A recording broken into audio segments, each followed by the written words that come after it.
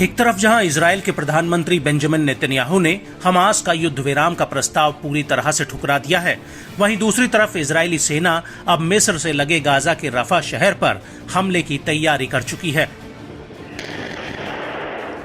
और नेतन्याहू पहले ही दो टूक कह चुके हैं कि हमास के खात्मे के लिए रफा पर हमला जरूर होगा। लेकिन इस सब के बीच हमास की सैन्य शाखा अल कासिम ब्रिगेड ने रफा से इजरायली फौज पर एक बहुत बड़ा हमला किया है और ये हमला कराम अबू सलेम बॉर्डर क्रॉसिंग पर हुआ है।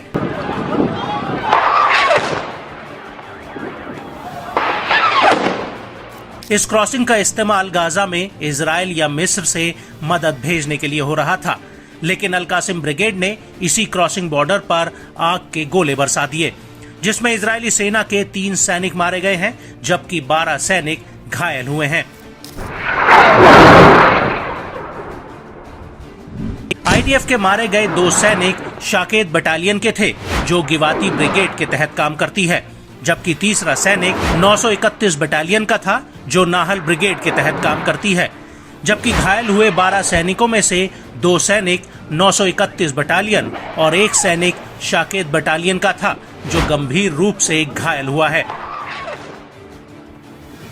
आपको बता दें कि कराम अबू सलेम क्रॉसिंग पर यह हमला 5 मई 2024 को उस वक्त हुआ जब इजरायली सैनिक क्रॉसिंग के पास अपने सैन्य अड्डे पर इकट्ठा हो रहे थे। अल कासिम ब्रिगेड का कहना है कि उसने आईडीएफ के सैन्य बेस पर 114 mm शॉर्ट रेंज का जूम मिसाइल सिस्टम से हमला किया है और आईडीएफ के ये सैनिक रफा पर हमला करने के लिए जिम्मेदार थे। इसमें इजराइल के शिन बेट के अधिकारी भी शामिल हैं, लेकिन इजरायली सेना ने जवाबी हमले में उन लॉन्चर्स और उसके पास की बिल्डिंग्स को तबाह कर दिया है जहां पर आईडीएफ के ऊपर से ये रॉकेट दागे गए थे। इस हमले को लेकर राफा के स्वास्थ्य अधिकारियों का कहना है कि एक एयर स्ट्राइक में 7 लोगों की मौत हो गई है और इसके बाद अगली एयर स्ट्राइक आधी रात होने से बिल्कुल पहले हुई थी जिसमें 9 लोगों की मौत हुई है। वहीं इस हमले को लेकर आईडीएफ का कहना है कि दक्षिणी गाजा के राफा इलाके से 10 से ज्यादा रॉकेट्स दागे गए थे जो कराम अबू सलेम क्रॉसिंग के पास इजरायली मिलिट्री बेस पर आ गिरे।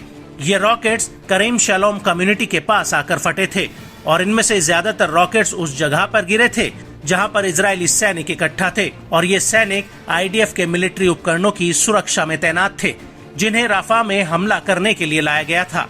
लेकिन इस सब के बीच बड़ा सवाल ये उठता है कि अल कासिम ब्रिगेड ने जो रॉकेट दागे थे उन्हें इजराइल का आयरन डोम डिफेंस सिस्टम क्यों इंटरसेप्ट नहीं कर पाया और यही वजह है कि अब आईडीएफ ने इस पूरे मामले की जांच बैठा दी है। हालांकि हमले के दौरान इलाके में कई हवाई हमले के सायरन जरूर बजे थे।